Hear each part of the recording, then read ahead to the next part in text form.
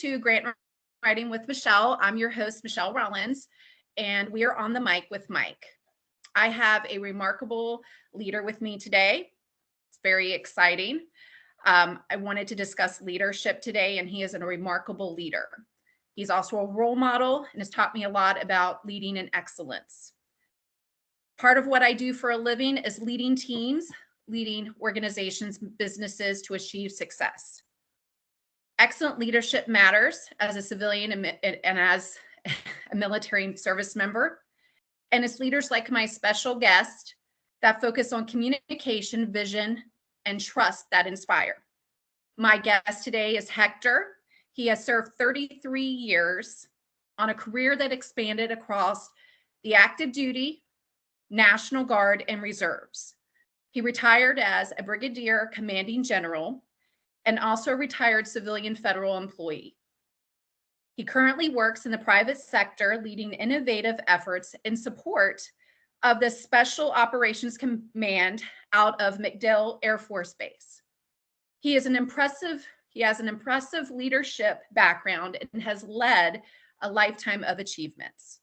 Recently, he was selected to be inducted into the 2024 class of the United States Army Quartermaster Hall of Fame. Welcome, Retired Brigadier General Hector Lopez. I am very excited for this opportunity for you to share more about your background and insights on leadership and how you and I collaborated together to improve the morale of our military service members and their families. So welcome, Hector. Hey, thank you, Michelle. Definitely, I would like to first thank you for the opportunity to have this honor to be sharing, I guess, the screen with the audience, as well as being able to communicate important lessons learned that I guess I've endured throughout the years that have impacted, thousands of people, not only military, but as well family members. Because as you know, in the military, we make a great effort at trying to incorporate the family into our processes. And that's how we got to meet each other. Because during my last command in the 94th Training Division, the largest and most diverse training division in the Army, we own 60% of all the schools in the Army through a diverse, spectrum of what we call sustainment that goes from, not only quartermaster, transportation, ordnance, which is the traditional sustainment, but as well included human resources, chaplain services, finance, and some other commodities as well that we provide to support the military. And we met each other because as I assumed command of the 94th, then you were a leader on the family readiness group, which is something that some people also on a way do not have much knowledge about, that the Army also makes a lot of efforts, and the military in general makes a lot of efforts by making sure that, we create these groups that we call family readiness groups. And the operative word is readiness, because we believe that our family members as well need to be ready to cope with the challenges that the military life exposed them into. Yes. It is very important to acknowledge that, because if our soldiers need to be worried not only about their mission and the things that they need to learn, and they need to worry about then their family members have been taken care of, or when they deploy, whether or not their families are going to be able to cope with the separation, then that is a difficult burden to overcome while you're trying to survive in a challenging environment.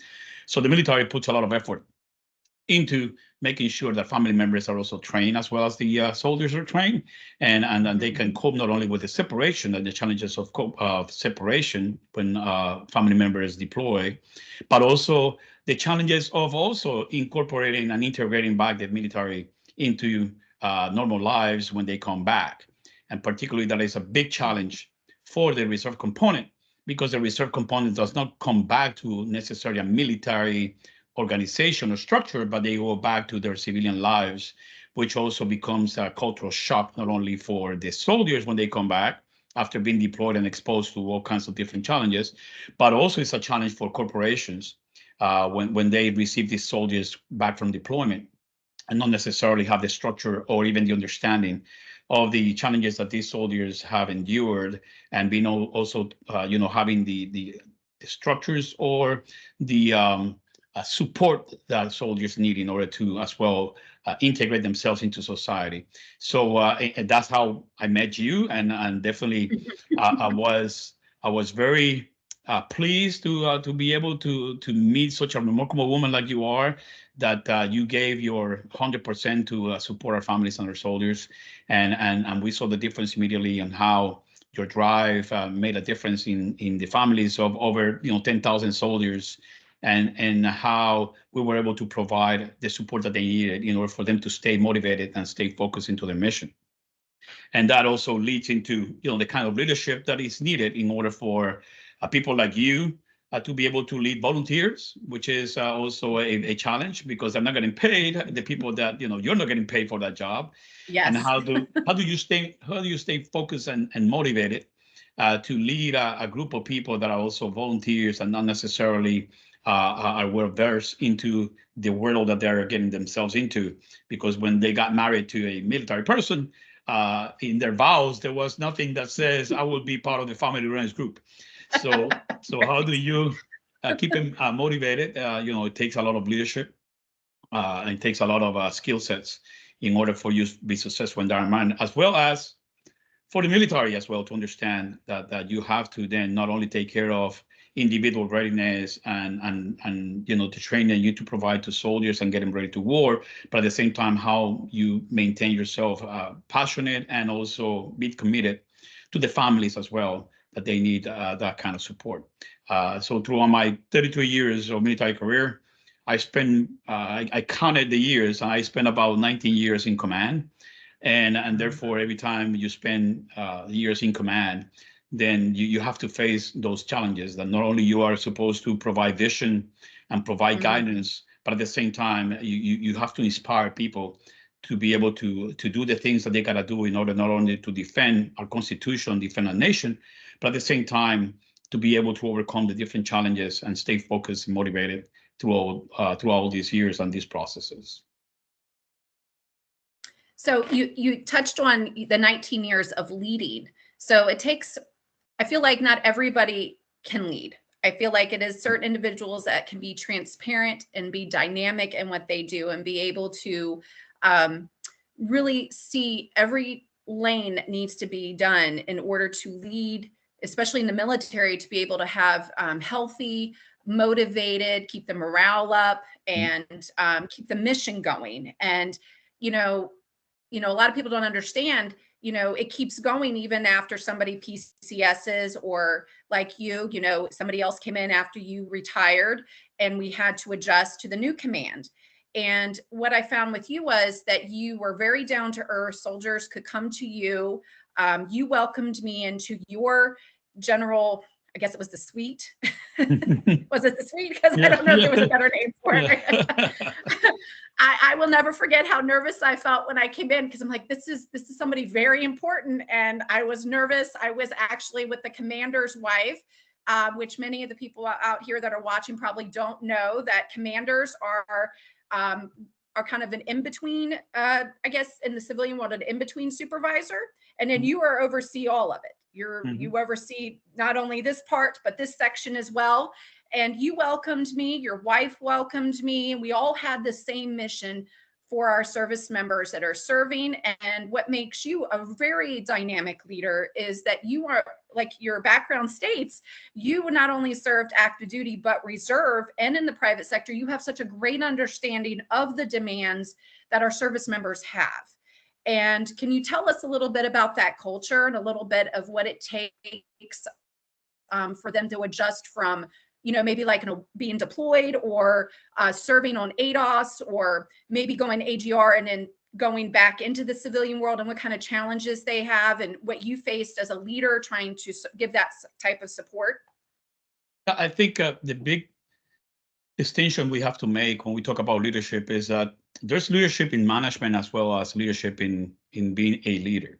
And a lot of people just focus on the skill sets to be a manager, especially when you have people that are probably in a rotating position where they're going to be there only for a couple of years, and then they're focusing on results because they want to survive those 2 years and then move on, and also seeking promotions and stuff like that, and probably not focusing on long term, and understanding as well that leadership is not just about getting results and managing results, but it's also about taking care of the long run, the organizational vision and mission, and that encompasses for you to understand that there are different dimensions that you need to take care of.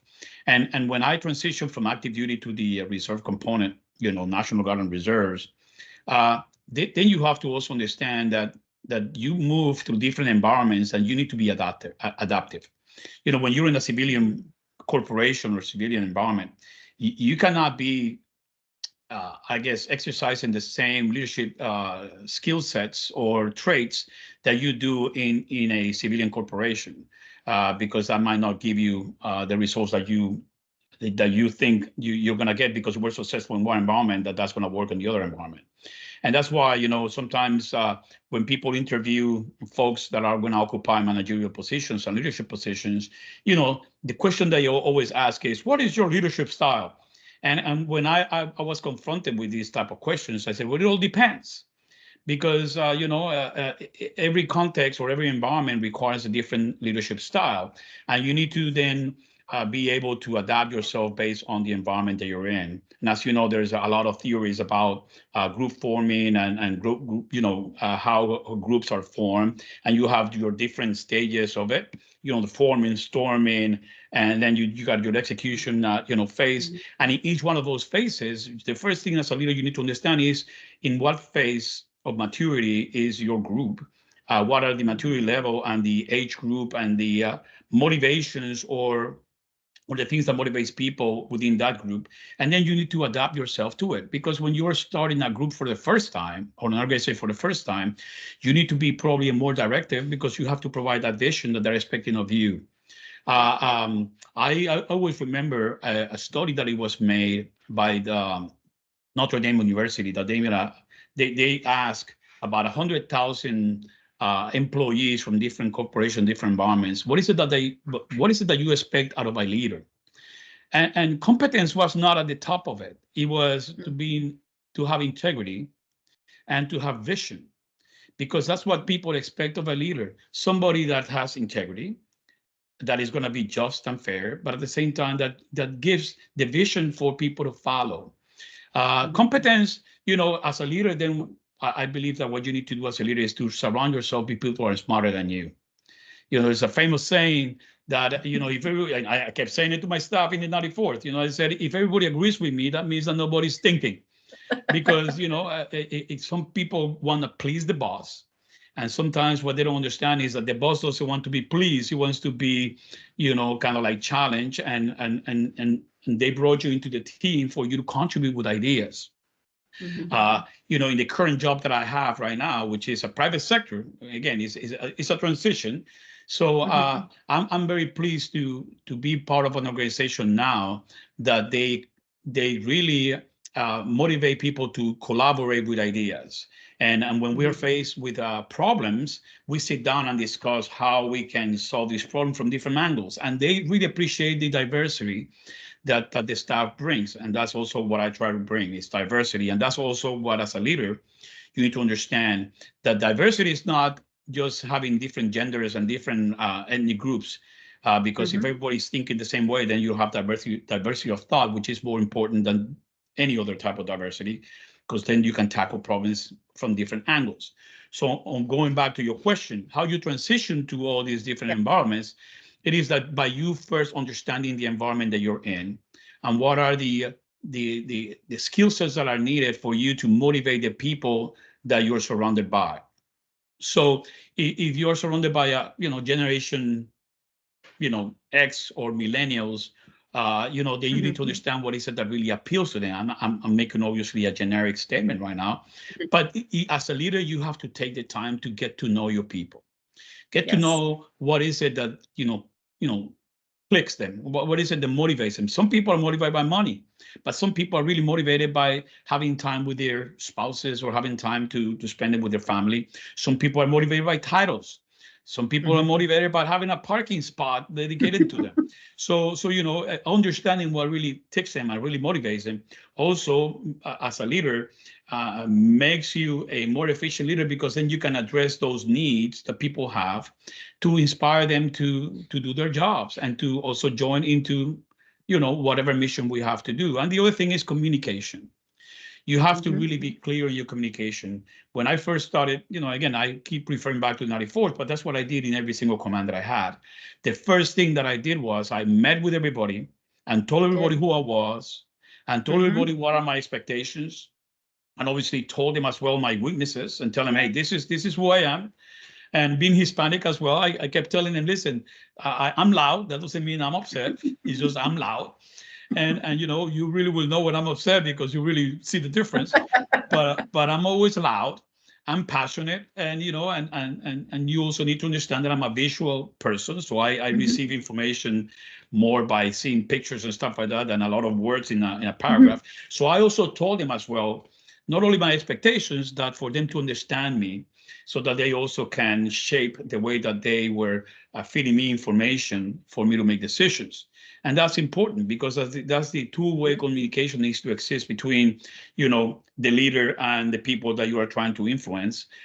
And like I said, insecure leaders, they surround themselves with yes people, because they don't want to be challenged, because they're insecure.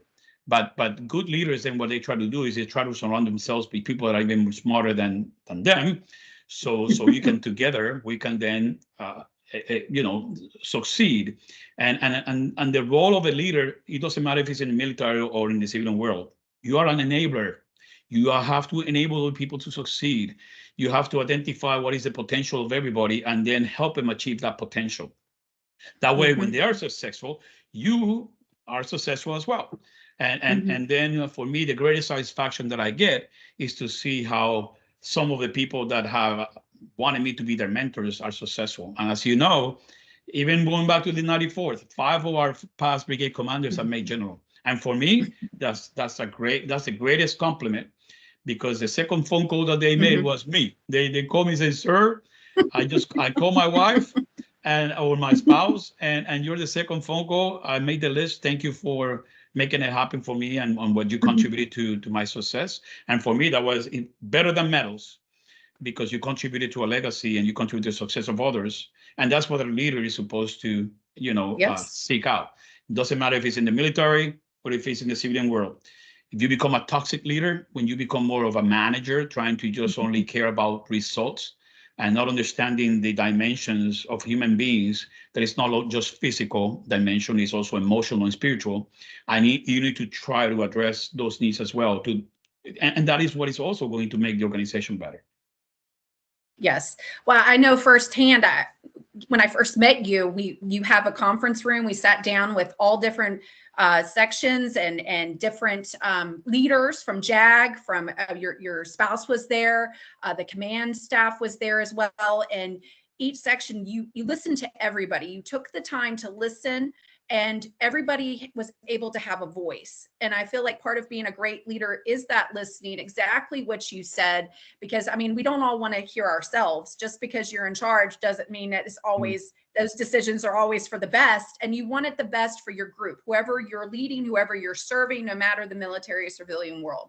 And one thing I also noticed, being able to, just being part of the team, was, people had a respect for you because you took the time to care. So while you might have had data and numbers and other obligations, you took the time to talk to the service members and the families. And even if we all didn't agree, we all came together for the mission at the end of the day, because we were all there for the same purpose. Even if my purpose was just one little piece of the pie of what your mission was and what you were doing as a leader, it still mattered. Everybody felt respected and heard with you. And that's why I feel that you're a great role model to me, because you demonstrate such excellent leadership with not only after your, your career retiring and now being in the private sector. But when you're in this is just a little personal piece. I mean, you always took time for my family when my health wasn't always great. And you also took time for other service members. And when they got promoted and they had ceremonies, it wasn't just you gave the coin or you had to say, those requirement pieces, but you took the time to congratulate them no matter what rank they got promoted to or to that point. And that's what's amazing, because people forget that, yes, you're the general, but there's also a crew, a team that helps you be successful. It's not just the one person. And one thing I see working in what I do with a lot of different teams, I have to be transparent, also listen and see what everybody's, dealing with, all of their problems, and work in different sections. That one thing I always want is I want everybody to feel heard. Volunteers, you mentioned volunteers. I was a volunteer, even though I had a little dollar line that I come for free and help and lead the team. I still had to get a team of volunteers to come in, from a board that we had to set up in the 94th to also a volunteer, like a group to come in and volunteer to help make the events great. Even after we shifted into a new command, we still had to make that happen, regardless if you left or not. The mission goes on. Mm-hmm. And you got to have volunteers not only believe in the mission, but believe that somebody's appreciating them. Because mm-hmm. unfortunately, as you see all the time, and all the volunteer work that you've done with your spouse, people get burnout. And mm-hmm. if you don't watch it and they don't feel appreciated, they just kind of stop. So you got to find a way to be creative, to show appreciation, to show that they gave time, and really go out of your, kind of out of the lane to say, hey, this was amazing. Thank you so much. Do you think you could do this again? Or let's find some more volunteers to help you with your sub team.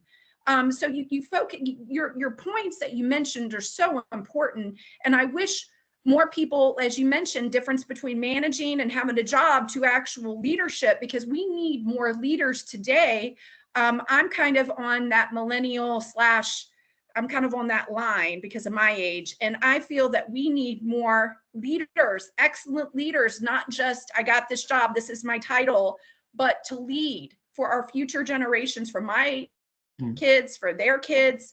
And that's what's amazing too, is I have a son that just, he's a new cadet at West Point, and he's our future leaders leading in excellence. And, I tell people all the time, if it wasn't for the volunteer experiences, for the leadership roles that I had and my children and my family could volunteer in, then they want to pave the path for where they want to be, like my oldest son at United States Military Academy. Yep. And you see, and some of the things that you mentioned, that's why you remember, I always took the time to reward people, because, we're very prompt to criticize and to punish and discipline people when they made a mistake, and which I told soldiers all the time, if you make a mistake, at least you're showing me that you're trying. Now, don't make a habit of it, but at least, let's learn from that, because sometimes we learn more from our mistakes than from our, successes. But we also took the time, and I always try to make it special and feel people special when we try to reward them. And that's why, for the first time in the 94th, for example, is that they saw that actually volunteers were getting awards, that they were getting medals and they were getting this and that. And it's like, and the other thing is as well, is you got to lead by example. I cannot expect, soldiers to bring their spouses to be volunteers when my wife is not there. And you saw that my wife was there, and obviously she has a commitment, with our soldiers and their families as well. And it also helped me that she used to be a family program director, and knew all these different. She knew. I mean, my wife knows more about the Army than I ever gonna learn, but but also that helps. And the thing is that you gotta lead by example. We cannot, expect people to volunteer when in my household.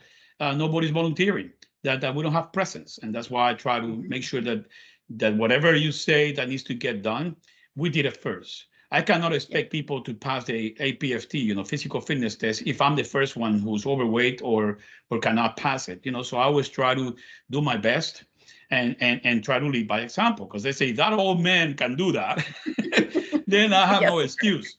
And that's what I kept telling them all the time. I'm the oldest guy in here, so if I can do it, you should be able to do it as well. So I'm not going to Absolutely. ever ask you something that I'm not going to be willing to do myself. Hmm. Because at the same time, and that's why leaders in the Army eat last. You know why? Because you have to make sure that, first of all, you make sure that then everybody ate. That's the only way that you Hmm. know that everybody ate if you're the last one. And second of all, you have to make sure you take care of your people first. And when you care Yes. for people, people will care for you. And Yes. again, that's how you inspire people instead of just saying, I'm the general, so you do these things that I tell you because I'm the general. Is that people will feel compelled to do it because they say, if the general is doing it and he's willing to sacrifice himself for us, we should be able to sacrifice ourselves as well for the nation and for the cause. And that's the same thing. It doesn't matter if it's in the military side as well as, on the civilian side. Even if you're a coach for sports, if the coach is not able or have not had lived a life that is a role model, then they will not earn the respect from the players or the team that they're Hmm. going to try to put together. Same thing with a corporation. If you ask, because I have belonged, again, in civilian corporations where the managers and the leaders have not been, they have not, exude integrity.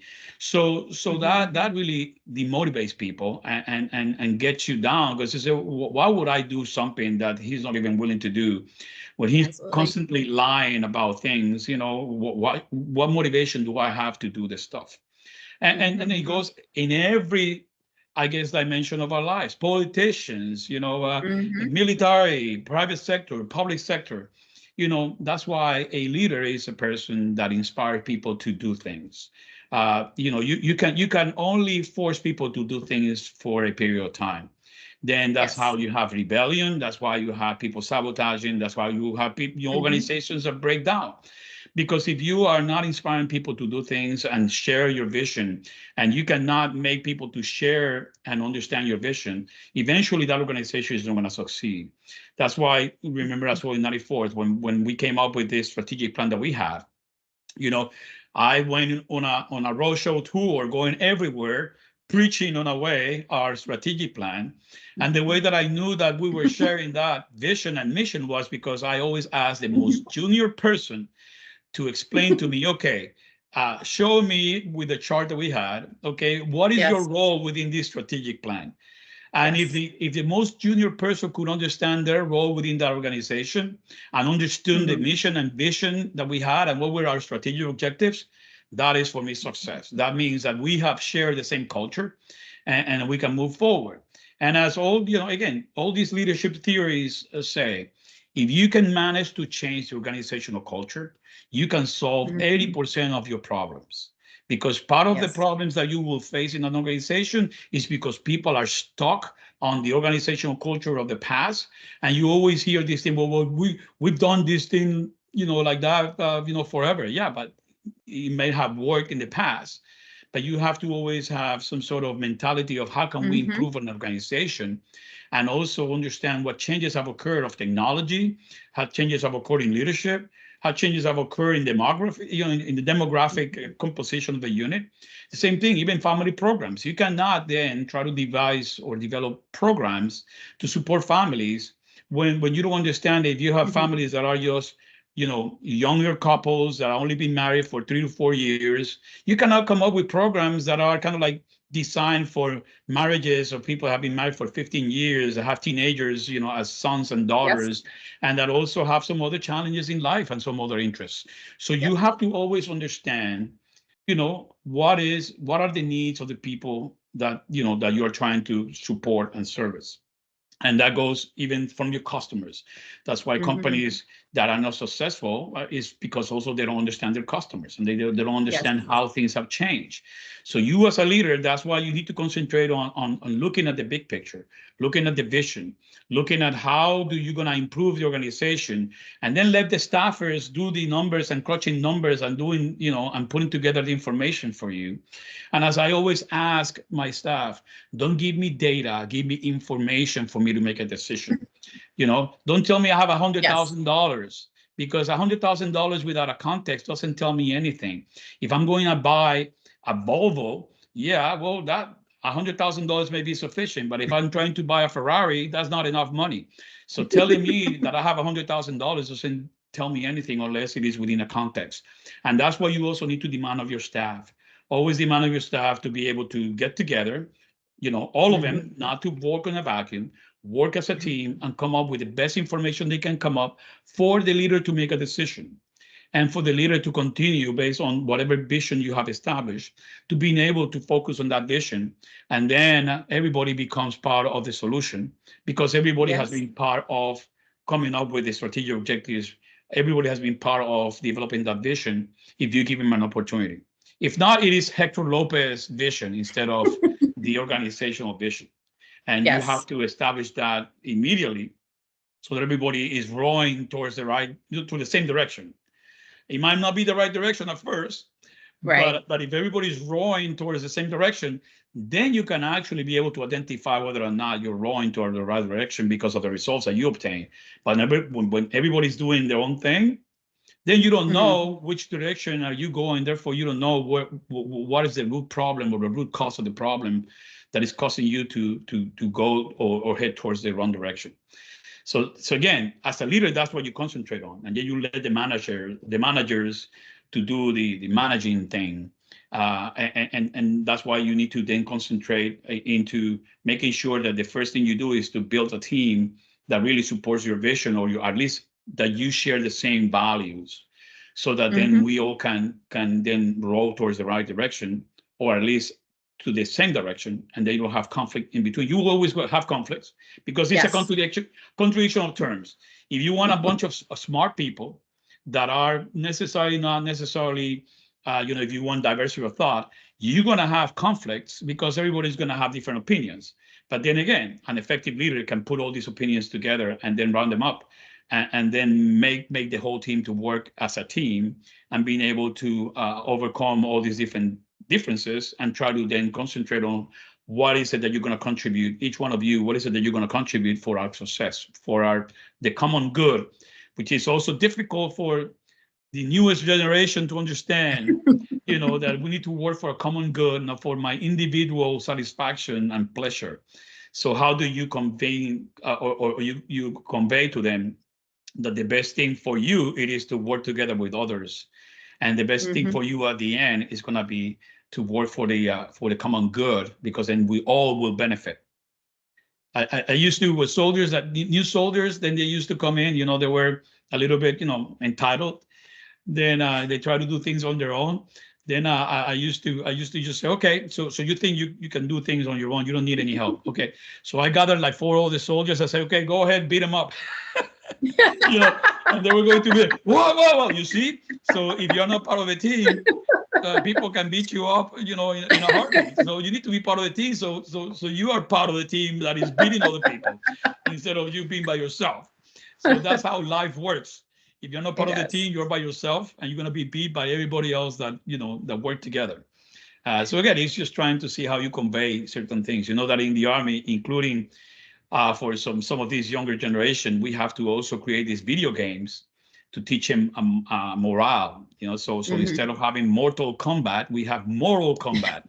So what we had people putting in this game their weapons qualification scores, their physical fitness scores, and their weight and height and stuff like that. And then they were put into scenarios. And this game, obviously, if you were not fit, you will not be able to accomplish missions. And then you're playing with others. Therefore, if the mission failed because of your lack of physical fitness or your lack of morale, then everybody will know about it, and you will know about it, and you will Mhm. see the impact of that, and that in a way Oh, triggers wow. change in behavior, because also there's going to be pressure, peer Right. pressure from others saying you need to shape up, because we're all going to die unless you shape up. And that also motivates them to help them out, because we have ethos, and we say we don't leave a fallen comrade behind. So having a person that is not physically fit is a fallen comrade, and we need to help them out getting fit. And when Mhm. we're talking about physical fitness, again, it's looking at the 3 dimensions of a human being, which is physical, emotional, and spiritual. And sometimes people are not physically fit because of emotional issues or spiritual issues. So then you bring Mhm. together the team to try to address what are the reasons, the root cause of why this person is not performing at the level that needs to be performed, and attend their needs, not just saying, well, do more push-ups, because again, if you're not motivated enough, Mhm. you will not do more push-ups. So what is it that is not getting you motivated to do what you need to do? And then getting there. But you, as a leader, have to take the time. You have to take the time to understand your people. You have to take the time to really communicate, the needs of the organization and the vision of the organization to be successful. So one thing I kept hearing that came back and repeat a lot was for your people need to serve who your audience is. Whoever you're serving matters a lot. And I think we need to remind people who are trying to be effective and very good dynamic leaders to their whether they're military or whether civilian, that really at the end of the day matters. That is honestly what I tell my clients when I go in, and I mean, I deal with a lot of different missions and visions, and I sit down with them and I go back to that mission. It's not about, who's giving this check or the donors or the fundraising or other things or the data. You mentioned the data, and I totally agree. At the end of the day, it's about the people you're serving. And that is honestly why we're all there, is for that mission, whatever that mission is. And in this case, when we were at the 94th, you were at the 94th, you were the leader, and I had the pleasure of just being one small piece of the team. Felt amazing because you were able to be an effective leader. You listened, you gave others a voice. You appreciated them. As you said, you jumped in and had to do it first because you wanted to be that role model. You wanted to let them know, I'm leading, so I need to go first and show everybody and model that behavior. So then that can resonate with them and they'll be able to follow the lead. Not you're in the back and they're in the front. And that is what makes not only a great soldier, a great service member, but a great leader. So do you have any final thoughts today that you would like to add before we end? Yeah, I mean, and remember, that is why you were in the meetings, because if I said that you were important and you were not part of the staff and coming to our meetings, then again, you have to lead by example. I cannot say you're important to me and not being considered part of the staff. And that's why, if you want people really to feel that they're part of the team, you have to be inclusive. You have to give them the opportunity to succeed and being able to convey their concerns as well. And I guess the final thought I will say to people is, we need to really find the why into what we do. Because sometimes we are so automated into doing things every day because we're told to do so. And then we don't really have the passion to contribute because we don't know the why. You have to understand the why. What is the purpose in life that you have within this organization? What is your purpose? What is your role? Understand your role. And as a leader, if your role as a leader is to, is not to be served, but to serve others. It is not to be enabled, but to be an enabler for others. And always, you have to have the pride in your heart that you are going to try to improve the environment that you are being in charge with and improve the quality of life of the people that you've been entrusted with. Mm-hmm. If you have that, within your heart and you have, you understand what is your purpose, then you do much better. You're not an autocrat or a robot that is doing things just because you're told to do so. But you also have to question. You have to be able to be a critical thinker and say, why are we doing what we're doing? And if the purpose is to serve our nation, how we can best serve our nation. If the purpose is to gain profit, it can be in a private sector. It cannot be at the expense of destroying, the people that we are trying to sell or market our product. You have to have integrity, and you have to also have some social consciousness and awareness that we're here in this world to make this world better and to contribute to provide a legacy that you feel proud about it and that your family will feel proud about it. If not, the only thing we're doing is just, becoming part of the problem, not part of the solution. And as a leader, that's what you need to do. You need to be part of the solution and not part of the problem. So I encourage people to really study, because being a leader is part art and part innate, but also is part of what you learn. Not everybody has innate abilities to be a leader. I was, not necessarily the most, innovative leader, but then I start reading, and again, understanding your weaknesses, and then try to work on those weaknesses and strengthen your weaknesses, and surround yourself with people that will make you better. Don't be afraid. Don't be insecure. you need to then you need to improve yourself. And the same way that when your left arm is weak, do you lift weights?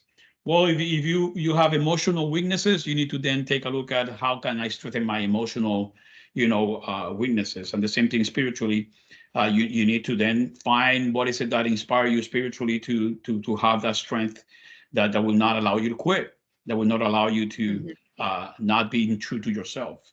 And again, I am very thankful to the United States Army. I'm a kid from Cayey, Puerto Rico, a small town that never dreamed to reach for the stars.